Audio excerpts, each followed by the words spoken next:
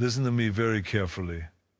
If you are tired of weak podcasts, boring podcasts, little tiny baby podcasts, then it is time for something bigger. It is time for Mark Goes to the Movies. This podcast has action, it has comedy, it has massive opinions about movies, music, pop culture, everything you want. Mark comes in every episode with the energy of a blockbuster opening weekend. Boom, explosions, entertainment. The man does not miss. When you listen, you feel pumped up. You feel motivated. You feel like grabbing popcorn and yelling, "I'll be back for the next episode." Other podcasts talk too much and say nothing. But Mark Goes to the Movies delivers every single time. So do it now. Subscribe, turn up the volume, and join the movie conversation that is stronger than steel, louder than explosions, and more entertaining than a summer action movie marathon. Mark Goes to the Movies. It's not just a podcast, it's a cinematic workout for your brain. For us is a brand new song. What's this song about? The song is about, it's called What Up With Youth, and it's about what's up with the youth in America today, gang violence, drugs, and that kind of thing, trying to make the world a better place. Hey, I can relate to that for sure. Let me tell you something, man. I'm not kidding. I really think that's good for the youth, you know? You wrote this yourself? Yeah. You wrote it yourself? Wrote it and produced it, yeah. Let's hear for Corey right now with the song. Let's all start dancing, baby. Go ahead, Corey.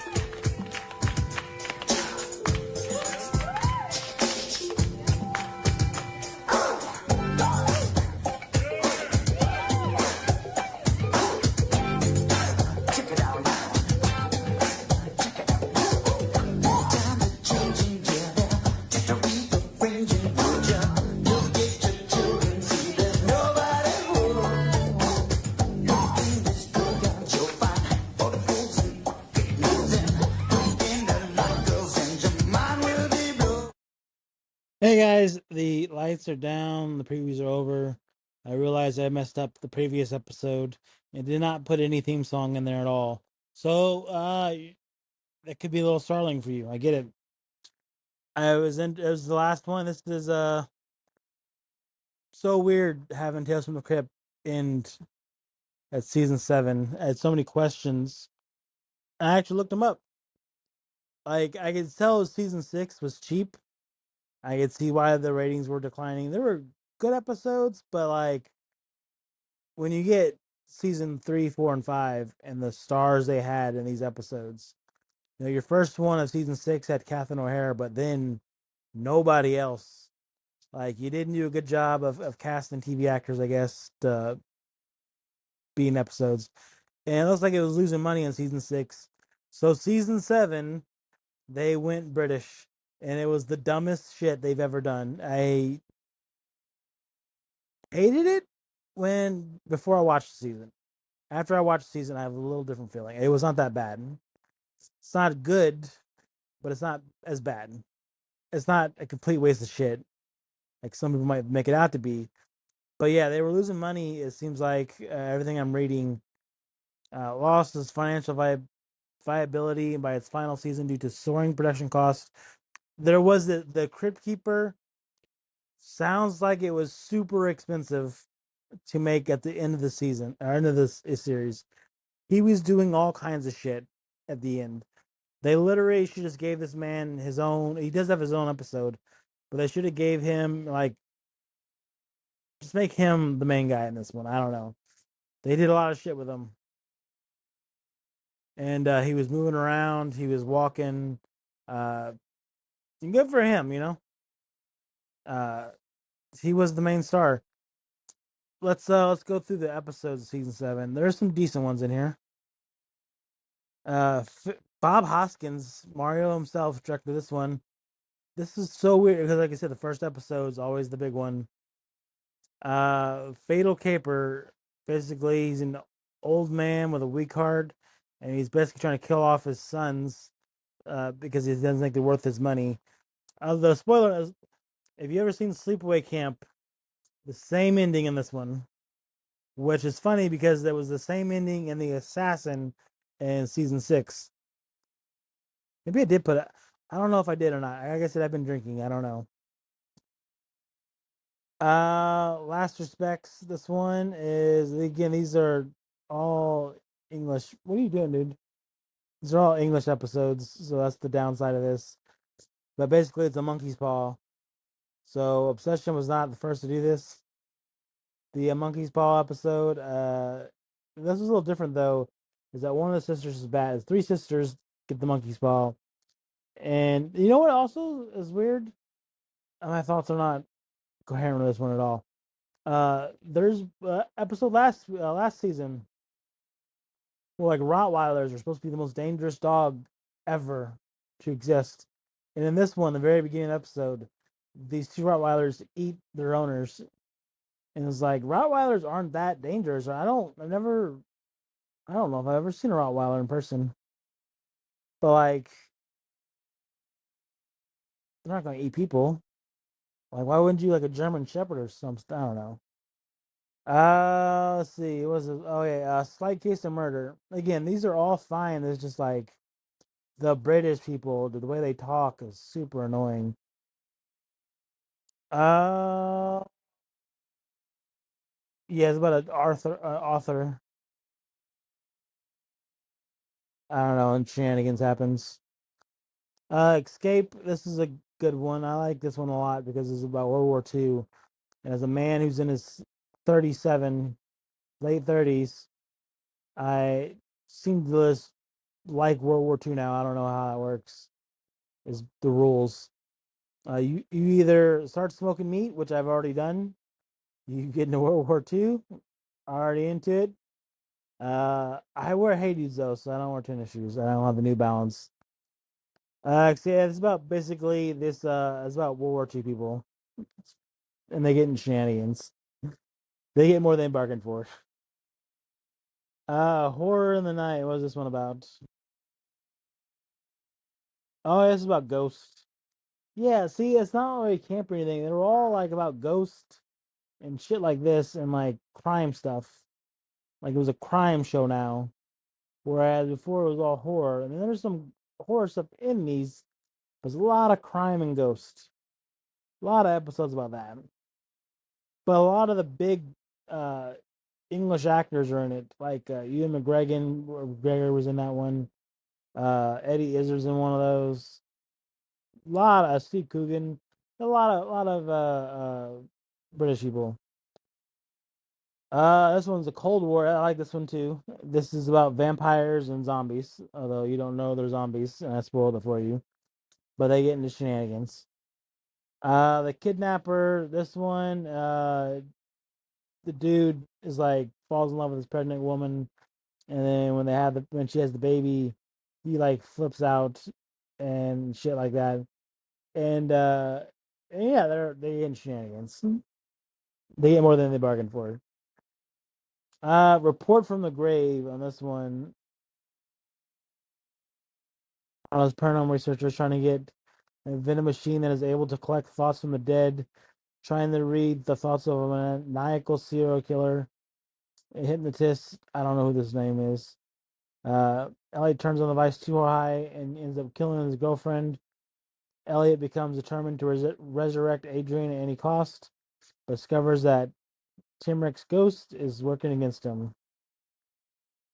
And one of that is Smoke Rings that has Daniel Craig in it. It's about advertising and people getting more than they bargained for. About Face is the next one after that.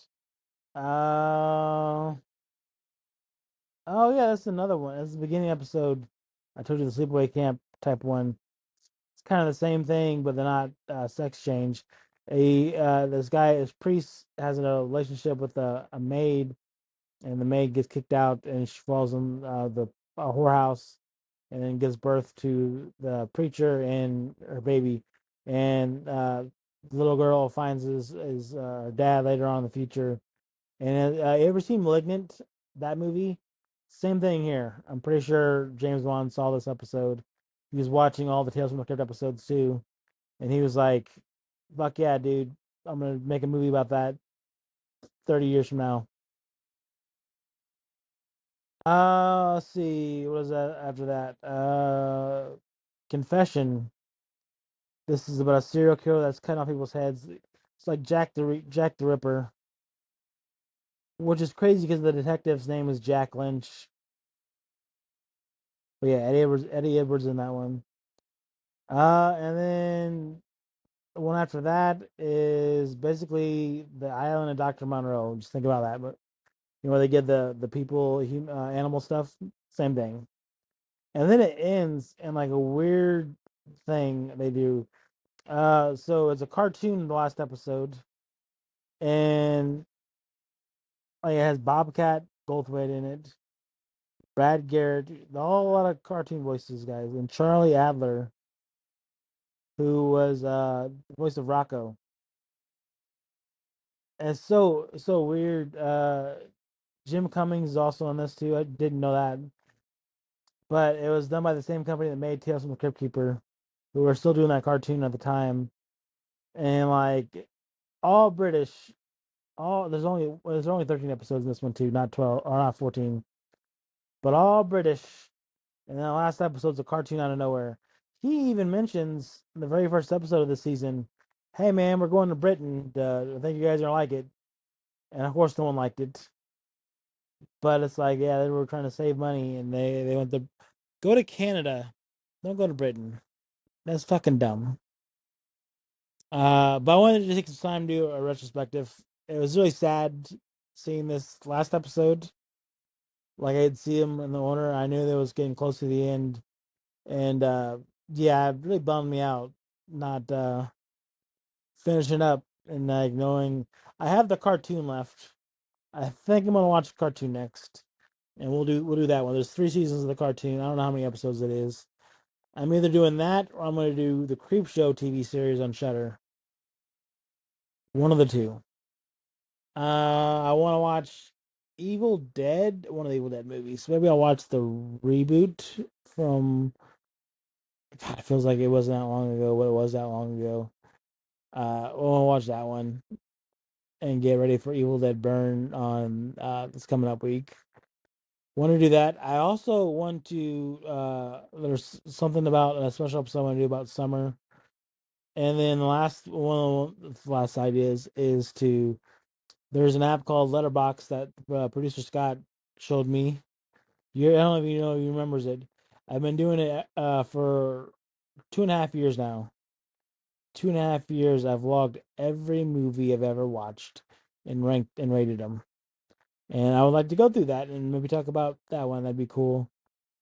Super big fan of Letterboxd. But they're just the man. Tales from the Crypt was like the first real guys, the alcohol. I'm starting to get a little emotional about this now. It's like the first real horror TV show I think I watched. I can remember watching. I remember Are You Afraid of the Dark? Like Tales, I think was before that, as early as I can remember. And then like when we didn't have cable, the big thing I looked forward to every Saturday was Tales from the Crypt.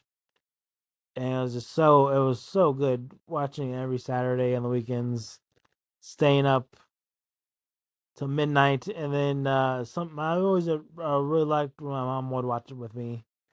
Like it was, did not have a father at all. Father's Day's already passed. I talk about my dad. I didn't really know him too well.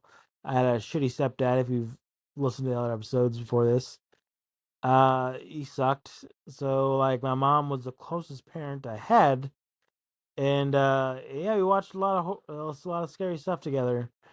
I can remember Beyond Belief is a little horror show that and we'll cover that later on in the future. But I remember watching that on Fridays and sometimes Sundays, and then like Saturday morning cartoons. You had Goosebumps, and then the afternoon was always Goosebumps. And then like everyone knows how I feel about Halloween. I think it's the greatest. Like Halloween and football, two things that are the most important things in my life now. That my kids are grown, and and so forth. What is this? Oh, nothing. I got. I'm sorry. I'm recording this on my phone. No microphones, by the way. But yeah, it was. Man, this is one of the most important TV shows to me. Next to The Simpsons, I think The Simpsons by far the most important show for me in my life. Tales from the Crypt, top 5 for sure. You put throw Roseanne in there as well. Oh, that's got me in trouble. I had an ex girlfriend, the one that ran away back to Cedarville. Like the reason that I fell in love with her was because I could watch the Roseanne Halloween specials and she was into it. She liked it, and I was like, it's the coolest thing ever. That you would think that, but no, that's season 7, Tales from the Crypt. I'm not sure what we're gonna do next. Will we cover the movies at some point? I think we'll cover the movies, but hey, I hope it's on Shutter right now. Maybe we'll get a sequels in the future. I don't know.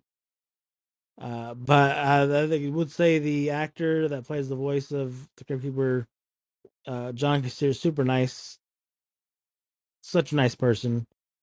Did my voicemail for me, set it up for me to where I could save it. Like I've changed phones, and I'm still able to have that ringtone. Has been pretty amazing. So